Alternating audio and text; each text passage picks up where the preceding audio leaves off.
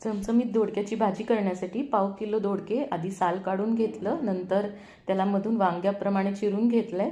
आता शेंगदाणे आणि खोबरं मंद गॅसवर भाजून घ्यायचंय। थोडीशी तीळ आणि अगदी थोडेसे मी फुटाणे पण घालतीये, म्हणजे रस्सा छान दाटसर तयार होतो। आता थंड करून हे एका मिक्सरच्या जारमध्ये घालायचंय। लसूण पाकळ्या आणि कोथिंबीर पण घालूया।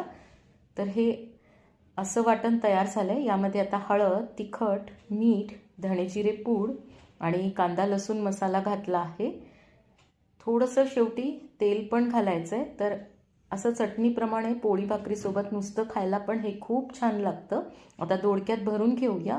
तेल मोहरीची फोडणी करून नंतर हे दोडके घालायचेत। थोडंसं मी तिखट पण घातलंय, म्हणजे रंग छान येतो भाजीला। आता पाणी घालून छान दोडके शिजेपर्यंत शिजवून घ्यायचंय। तर मस्त आपली चमचमीत दोडक्याची भाजी तयार